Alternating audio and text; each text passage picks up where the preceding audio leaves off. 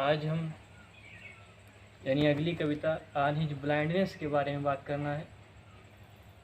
सबसे पहले ये पता करना है ऑन हिज ब्लाइंडनेस लिखी किसने, यानी जॉन मिल्टन ने लिखा है। इसको इंग्लैंड का सूरदास कहा जाता है।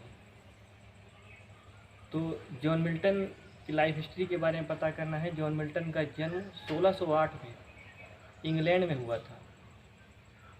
इसके बाद में स्टी पावल कॉलेज से इन्होंने शिक्षा प्राप्त की। फिर इसके बाद में धीरे धीरे करीब 1632 के आसपास एमए डिग्री पास की। इसके बाद में 1642 में इन्होंने मेरी पावल नाम की एक लड़की से शादी कर ली, लेकिन ये सफल नहीं रही। इसके बाद में इन्होंने करीब 1652 में उसकी डेथ हो गई और 1652 में ये ब्लाइंड भी हो गए, अंधे भी हो गए। तो इस तरीके से दुख ही दुख था इनके जीवन में। इसके बाद में 56 में इन्होंने एक और शादी की कैथरीना वुडकुक से। इसके बाद में वो भी जीवित नहीं रही, 62 में वो भी डेथ हो गई। इसके बाद में एलिजाबेथ मिंसल से शादी की। इसके बाद में ये जीवन दुख से भरपूर था और ये जब अंधे हो गए थे तो इन्होंने ईश्वर को कोसना शुरू किया कि उसने मेरे साथ अन्याय किया, बहुत गलत किया है। मैंने ईश्वर की पूजा की है, उसने मुझे इतनी कम उम्र में यानी 44 साल की उम्र में अंधा बना दिया। तो उसके बाद में ऑन हिज ब्लाइंडनेस नाम की एक कविता लिखते हैं।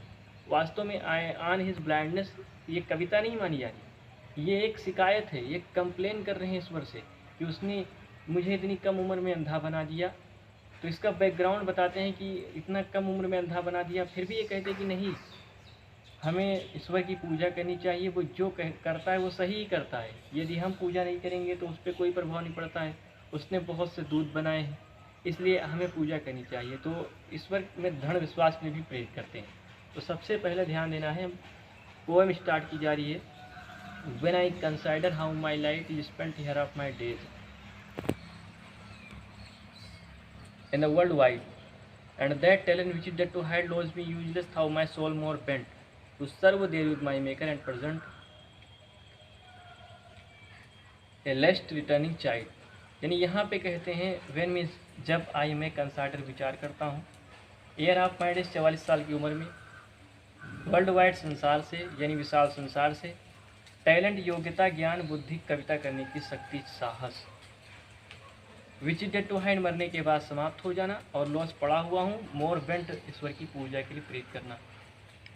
सर्व में इस पूजा करना, सेवा करने की, यानी यहाँ पर सेवा की बात नहीं होनी है क्योंकि ईश्वर की कोई सेवा नहीं करता है, पूजा करता है। मेकर में इस बनाने वाला, और इसके बाद में यहाँ पर रिटर्निंग चाइल्ड फटकार लगना। ही कैपिटल में ही देखो यहाँ पे बना हुआ है तो ही गॉड के इस्तेमाल किए गए। जॉन मिल्टन ईश्वर से शिकायत करते हुए कहते हैं, ईश्वर ने मुझे बहुत कम उम्र में अंधा बना दिया। जब भी मैं अपने बारे में विचार करता हूँ कि मैं इस अंधकार में विशाल से संसार से 44 साल की उम्र में कैसे अंधा हो गया। ये जॉन मिल्टन है, देखो ये खड़े हुए हैं जॉन मिल्टन, ये जॉन मिल्टन है। इसके बाद में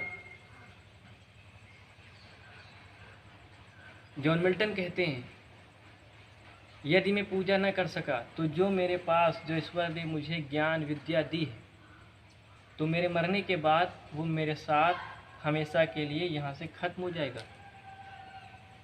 इसलिए मेरी आत्मा ईश्वर की पूजा के लिए बार बार प्रेरित करती है कि यदि मैं पूजा न कर सका तो मैं क्या मुँह लेकर जाऊँगा ईश्वर के पास। वो जब मुझसे सवाल करेगा, क्वेश्चन करेगा, तो मैं क्या उत्तर दूंगा।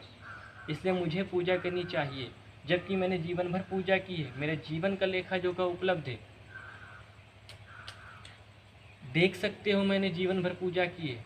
यदि मैं पूजा न कर सका तो ईश्वर मेरी आत्मा को फटकार लगाएगा, इसलिए मुझे पूजा करनी चाहिए, जॉन मिल्टन कह रहे हैं। इसके बाद कहते हैं जॉन मिल्टन,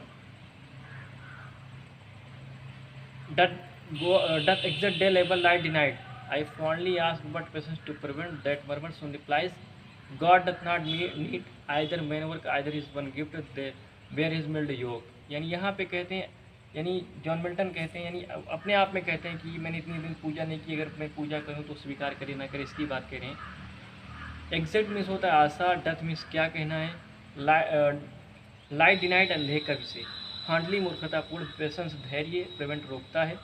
मरमर हल्की आवाज़ में सुन शीघ्र ही और डथ नॉट इन ईश्वर की पूजा की आवश्यकता आइदर मैनुअर का आदमी के द्वारा अच्छे किए कार्य। और यहाँ पर बेयर मिल्ड योग में सोता सहन कर लेता है। जॉन मिल्टन कहते हैं कि जब मैं ऐसी बात करता हूँ लेकिन मैं स्वयं से मूर्खतापूर्ण पूछने लगता हूँ, ऐसी बात करने लगता हूँ, तो धैर्य मुझे तुरंत समझाता रोकता है कि ईश्वर क्या मैं पूजा करूँ, ईश्वर मेरी पूजा को स्वीकार करेगा या नहीं करेगा। ऐसे में तुरंत पुनः धैर्य मुझे समझाता है यदि तुम पूजा न करो तो ईश्वर पर कोई प्रभाव नहीं पड़ेगा, क्योंकि हजारों अनगिनत दूत ईश्वर ने बनाए हैं जो उसकी पूजा के लिए लगे रहते हैं।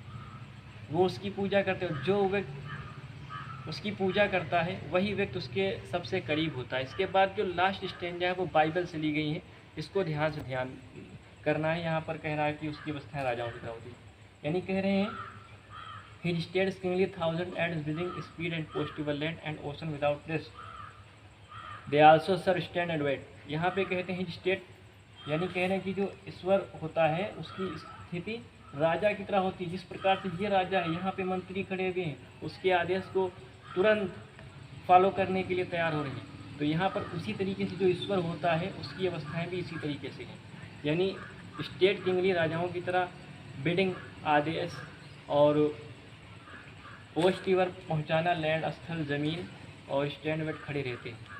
ईश्वर की अवस्थाएं बिल्कुल राजा के समान होती है। जिस प्रकार से यहाँ पर देख रहे हो कि एक राजा उसके मंत्री खड़े हुए हैं, उसकी अवस्थाएं राजाओं की तरह होती है। उसी तरीके से ईश्वर ने बहुत से ऐसे दूत बनाए हैं, बहुत से ऐसे दूत बनाए हैं जो हमेशा उसकी पूजा के लिए खड़े रहते हैं। और चाहे ये समंदर हो या ज़मीन हो या कोई भी स्थान हो, हर जगह पर वे उसकी पूजा करने के लिए हर समय तैयार रहते हैं और उसके आदेश का पालन करने के लिए हर समय बहुत ही सचेत रहते हैं। और वे खड़े रहते हैं अपनी प्रतीक्षा में कि कब मेरा नंबर आए पूजा करने का। इसलिए वही दूत सबसे अच्छी पूजा करते हैं, क्योंकि वे न खाते हैं, न पीते हैं, न सोते हैं। वही दूत सबसे अच्छी पूजा करते हैं। यदि हम पूजा न करें तो हम पर यानी उस पर कोई प्रभाव नहीं पड़ेगा, और जब हम पूजा करेंगे तो हमारा जीवन प्रसन्न रहेगा, खुशहाल रहेगा। इसलिए वह ईश्वर से दृढ़ विश्वास के लिए भी प्रेरित करते हैं कि ईश्वर जो करता है वो सही ही करता है। तो यहाँ पर ये बाइबल से लाइन ली गई है। तो इसके बाद में इस कविता को ब्रेक किया जाए और रेफरेंस कॉन्टेस्ट की बात करना है।